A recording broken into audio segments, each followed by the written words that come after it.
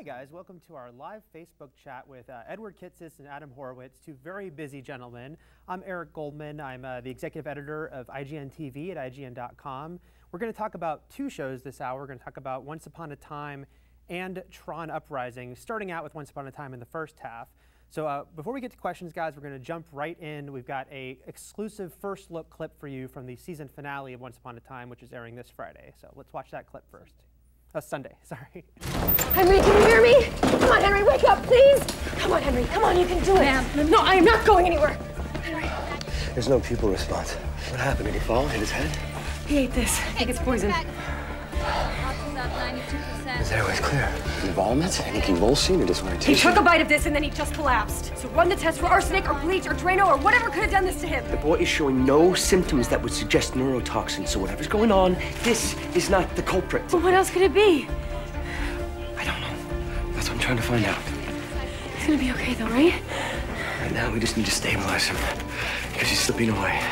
Is there anything else that you can remember? Any little detail? I already told you everything. Do something! Look, I understand you're frustrated, Miss Swan, I do. But I need something to treat. And right now, there is no explanation. It's like...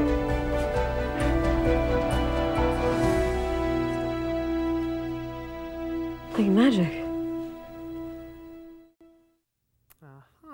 So we want to take your questions. So at facebook.com/onceabc, please let us know what you'd like to ask these guys.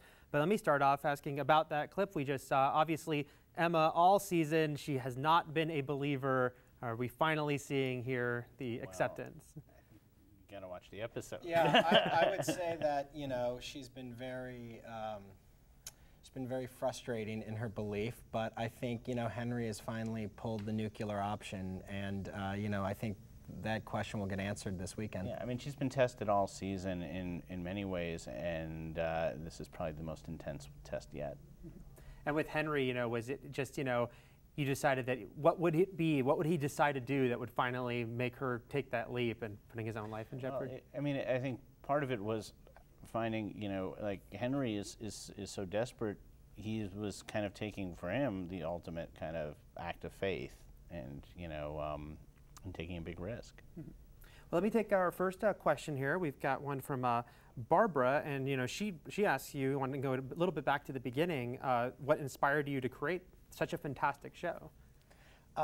Well, you know, these stories were some of the first, I think, that both of us really remember hearing, and they've kind of stuck with us forever. And you know, they were the first time you know, just kind of let your imagination run wild. You know. When I was a little kid, the first movie I saw was a Snow White re-release, and it terrified me. And I think that really stuck with me for a long time, seeing the evil queen and all that. And you know, when we sat down to do this show and to think about what kind of show we wanted to do, those stories were just such a part of us that it became a lot of fun to dig into them. Has it been almost an embarrassment of riches of holding yourself back because there are so many, you know, great fairy tales and not throwing them all in at once? Yeah, no, I mean, you want to take all the toys off the shelf and play with them, but you know, we've definitely, there are characters we'd like to still explore, and you know, we had a lot of fun this year bringing, you know, like our cast, and then as well as introducing people like, you know, the Mad Hatter.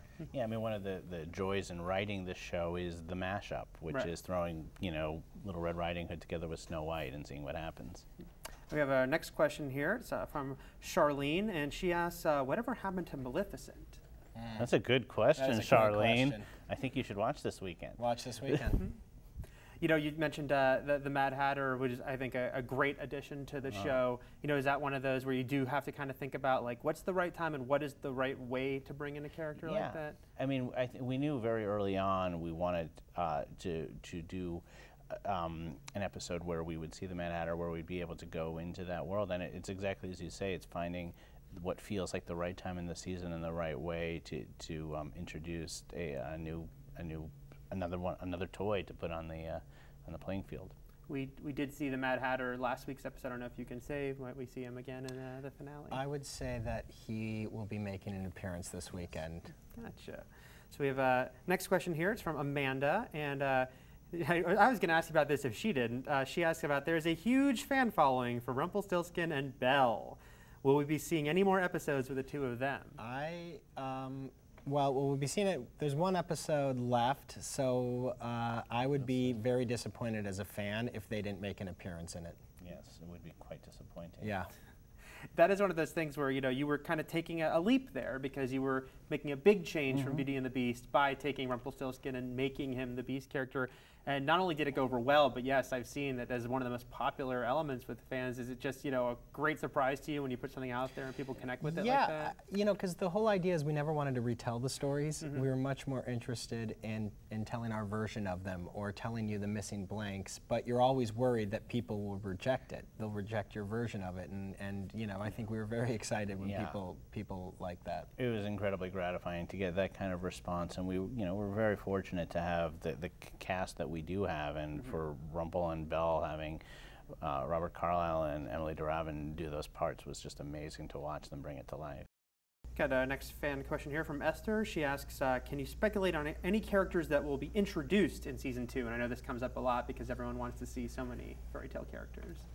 Well, you know, we can speculate. Sure. I mean, we can speculate.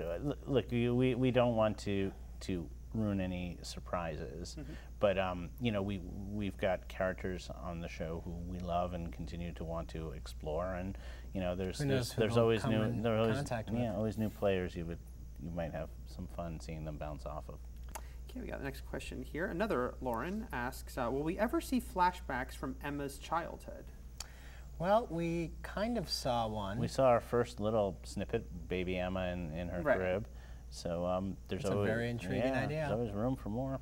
Yeah, poor Emma. She I mean, maybe it's nice for Jennifer to get a little time off, but she doesn't have the flashbacks. Oh, it was hard for her to play that baby. Oh yeah, well, she really pulled it off. And she's method. I mean, to do that baby was hard. Yeah, she did a great job. Yeah, because we obviously know a little bit about her life before she came here, what she was doing, but is that something you have discussed about sort of like what formed her into the sort of harder person when she first came to town? Yeah, I mean, I think, you know, we talked a little bit about that in the pilot. You got a sense of that in the Hansel and Gretel episode, and we see snippets of it throughout, but definitely there's a lot more to explore in her character because she did come in with her walls up, and she did come in very guarded, and, you know, so we definitely want to explore more of her background. And as we wrap up the one section, is there anything else you want to tease about this finale coming this Sunday that people should be looking for? I just want to thank everyone who's been watching and supporting the show and tuning in. And you know, we really hope you check it out and like what we're showing you. We're very proud of it. Yeah, we're very proud of it, and we're very, very, you know, we thank all the fans that have watched it this year and supported it, because that's, you know, the reason we do it and work hard, and hopefully you'll like the finale.